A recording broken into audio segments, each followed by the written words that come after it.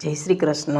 રાધે રાધે. પ્રભુ નંદકુમાર ઉમેશ સ્વામીની પુષ્પાનુજા કૃતાર્થમ ન સંશય. દેશ વિદેશમાં વસતા શ્રી વલ્લભના પ્યારા સર્વે વૈષ્ણવને મારે ચાચાથી જય શ્રી કૃષ્ણ.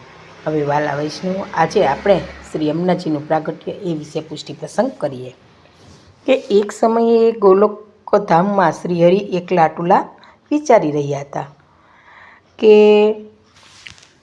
આમ એકલા લીલા કરવાના, બોલવાનું અને રમણ કરવાનો આનંદ નથી આવતો. એટલે કોઈ પણ માણસ એકલું તો ન ગમે, તો ઠાકોરજીને પણ એકલું ગમતું ન હતું. એટલે આનંદ મેળવવા માટે કેટલાક સાથી સંગીની સાથે હોય તો જરૂરી છે, અને શ્રી સાથી સંગીની સાથે હોય તો લીલા કરવાનો પણ આનંદ આવે. હવે આમ વિચારી અલૌકિક આદિત્ય સ્વરૂપ શ્રી પૂર્ણ પુરુષોત્તમ પ્રભુએ સ્વયં આનંદ પ્રાપ્ત કરવા માટે પોતાના સ્વરૂપમાંથી આનંદ સ્વરૂપનું પ્રાગટ્ય કર્યું. તે આનંદ સ્વરૂપ ષોડશીય કન્યા સ્વરૂપી હતી. શ્રી હરિએ પોતાનું જે આનંદ સ્વરૂપ પ્રગટ કર્યું તે આપણા શ્રી સ્વામિનીજી છે.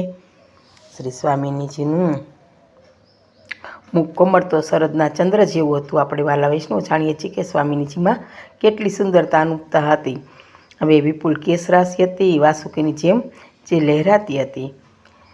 તેઓ લાંબા પણ હતા અને કપાળે કુમકુમ તેને શોભતું હતું. નાસિકામાંથી જાણે કે રત્નનાથની ઝૂલતી હતી. આવી રત્નની સરસ મજાની નાસિકા પર એને નથની પણ પહેરી હતી, અને તેમના ઓષ્ઠ તો જાણે કમળનું હાસ્ય ખીલેલ હોય એટલા મધુર ખીલેલા હતા. શ્રી હરિએ સ્વયં પોતાની આરાધના કરતાં જે આનંદ મેળવ્યો હતો તે જ આનંદ સ્વરૂપ આપણા શ્રી સ્વામિનીજી હતા. એટલે શ્રી ઠાકોરજી આમ સ્વામિનીજીનું પ્રાગટ્ય કર્યું. તેમાં વાલા વૈષ્ણવ કંઈ ભલી કંઈ દોષ થોડો હોય, એટલે કે મતલબ કે પૂર્ણ જાણે ચંદ્ર ખીલ્યો હોય એટલા સ્વરૂપે શ્રી સ્વામિનીજીનું પ્રાગટ્ય કર્યું. હવે એક દિવસ શ્રી સ્વામીજીએ કહ્યું કે પ્રભુ, આપને વિશેષ આનંદ કરાવવા માટે અમને એક સુંદર સ્થાન સિદ્ધ કરાવી આપો, જેથી એક બાજુએ વિશાળ પર્વત, સઘન કંદરાઓ, સુંદર વનસ્થળી હોય, આજુબાજુ કુંજ, નિકુંજો, ઉપવનો હોય, તેમાં વિવિધ કિરણો હોય, કીટકો હોય, અને સુંદર પક્ષીઓ હોય, ભમરાઓ હોય, સુંદર પુષ્પોથી આચ્છાદિત ઉદ્યાનો હોય, જેનો વિશાળ પ્રવાહ હોય. તેવા વિશાળ પ્રવાહમાં મત્સ્ય કાચબા નિરંતર રહીને આપની સદાય સ્તુતિ કરતા હોય, અને જેના પાલોમાં સદાય કમળોને કુમુદ ખીલેલા રહેતા હોય, જેના નેત્રકમળમાં સદાય આપનું સુખ જ વસેલું હોય, અને જેના સંગમાં અમે જ્યારે એકલા પણ હોઈએ ત્યારે અમને અમારી સખીઓની ગેરહાજરીને એ પૂરી કરી આપે. આપ એવું કોઈ સ્થાન હોય તો હું આપને વિશેષ આનંદ આપી શકું. એટલે સ્વામિનીજીએ પોતાને કહ્યું કે આવું સ્થાન અમારે હોય તો સખીઓ સાથે ખેલવાની અમને મજા આવે, એમ ઠાકોરજીને કહ્યું. શ્રી ઠાકોરજીએ પણ શ્રી સ્વામિનીજીની આ વાત સાંભળી પોતાના હૃદયમાં રહેલા પ્રેમ રસને ધોધમાર વહેડાવ્યો. આ રસાત્મક પ્રવાહરૂપ સ્વરૂપ તે શ્રી યમુનાજીના નામથી ઓળખાયું. ગર્ગ પુરાણની મતે જ્યારે રાસલીલા પૂર્ણ થઈ ત્યારે શ્રી ઠાકોરજી અને શ્રી સ્વામિનીજીનું જે શ્રમિત જલબિંદુ વહ્યું તે આપણા શ્રી યમુનાજી, આપણે એટલે યમનાષ્ટકમાં જ ગાય છે, સ્મરશ્રમ જલાણુ પી સકલ ગાત્ર જે સંગમ. એટલે જ્યારે રાસલીલા પૂર્ણ થઈ ત્યારે શ્રી ઠાકોરજી અને સ્વામિનીજીના શ્રમિત જલબિંદુ વહ્યું એ જ આપણા શ્રી યમુનાજી છે. આ રીતે યમુનાજીનું પ્રાગટ્ય વાલા વૈષ્ણવ આપણે જાણીએ છીએ. આ પ્રવાહરૂપ રસાત્મક સ્વરૂપ જેવો સવિતા, સરયુ કે જલ સ્વરૂપ શ્રી યમુનાજીના નામે પ્રસિદ્ધ છે. આપણે જાણીએ છીએ અત્યારે શ્રી યમુનાજીના આગમનથી શ્રી સ્વામિનીજીને તો અત્યંત હર્ષ થયો. શ્રી સ્વામિનીજીને હર્ષિત થયેલા જોઈ શ્રી ઠાકોરજીને પણ અતિ પ્રસન્નતા થઈ.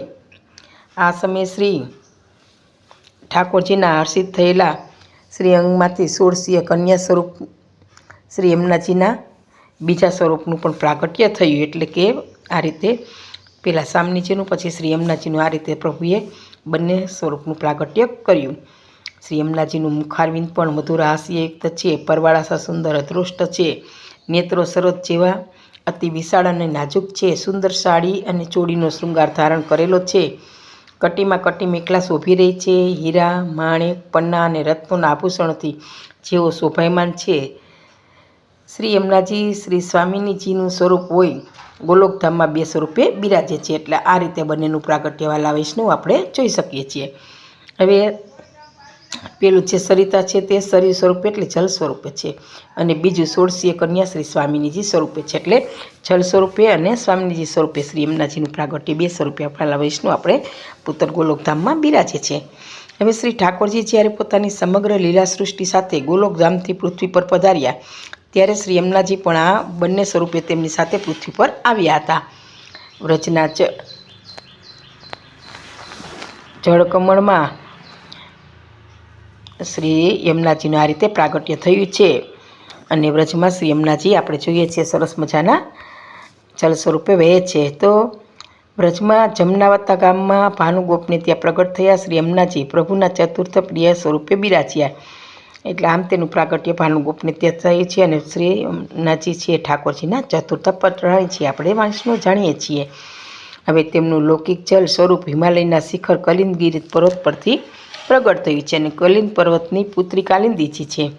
જ્યારે ભૌતિક સ્વરૂપે વહેતા વહેતા મથુરામાં જ્યારે પ્રવેશ્યા ત્યારે આધ્યાત્મિક સ્વરૂપ તેમનામાં બિરાજી ગયું. એટલે ભૌતિક અને આધ્યાત્મિક બંને તેનામાં સ્વરૂપ બિરાજી ગયું અને તેઓ મથુરાથી એમના મહારાણી તરીકે ઓળખાય. એટલે આધ્યાત્મિક સ્વરૂપ અને અલૌકિક સ્વરૂપ જ્યારે ભૌતિક સ્વરૂપ બંને ભેગા થયા ત્યારે તે શ્રી યમુના મહારાણી તરીકે ઓળખાયા. આ રીતે શ્રી યમુનાજીનું પ્રાગટ્ય થયું. બોલો શ્રી શ્યામ સુંદર યમની મહારાણી ચૂકી જય.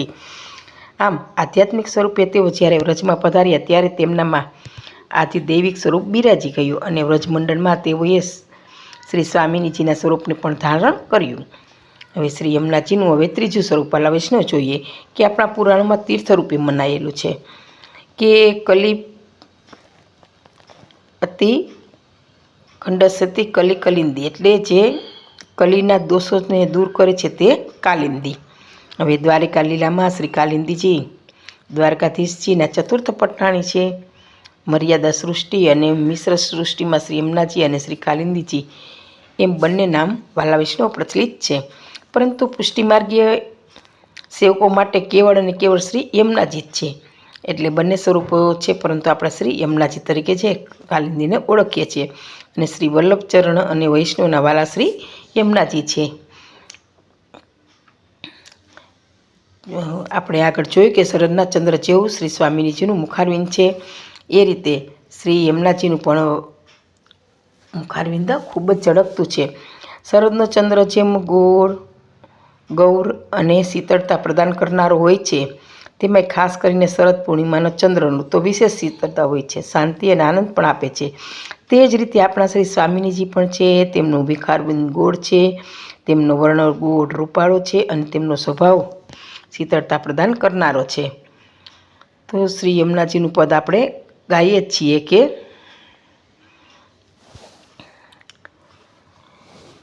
પ્રફુલ્લિત બન વિવિધ રંગ જલકર યમુના તરંગ સૌરભ ધન મુદિત અતિ સુહાવનો યુગલ રસિકવર વિજ્ઞાન પરમાનંદ છબી અકાર જયતિ ચાર વૃંદાવન ધામ ભાવના. તો આ રીતે આપણે શ્રી યમુનાજીનું પ્રાગટ્ય સ્વરૂપ જાણીએ છીએ. અને યમુનાજીનું આપણે આ પદ છે આપણે જોયું વાલા વૈષ્ણવ. તો આમાં યમુના તો આપણા વૈષ્ણવની અધિષ્ઠાતી દેવી છે અને આપણે યમુનાજીનું સ્તવન કીર્તન નિત્ય કરવું છે. મા યમુનાની કૃપા આપણે નિત્ય કરીએ છીએ. કહેવાય છે કે શ્રી યમુનાજીના દરરોજના 9 યમુનાષ્ટક કરીએ 6 મહિના સુધી તો ચોક્કસ શ્રી મા યમુનાની કૃપા આપણા પર વૈષ્ણવ ઉતરે છે અને એ વ્રજમાં જરૂર મહારાણીમાં તેડાવે છે. આ અમારે એક જાણીતા વૈષ્ણવનો અનુભવ છે.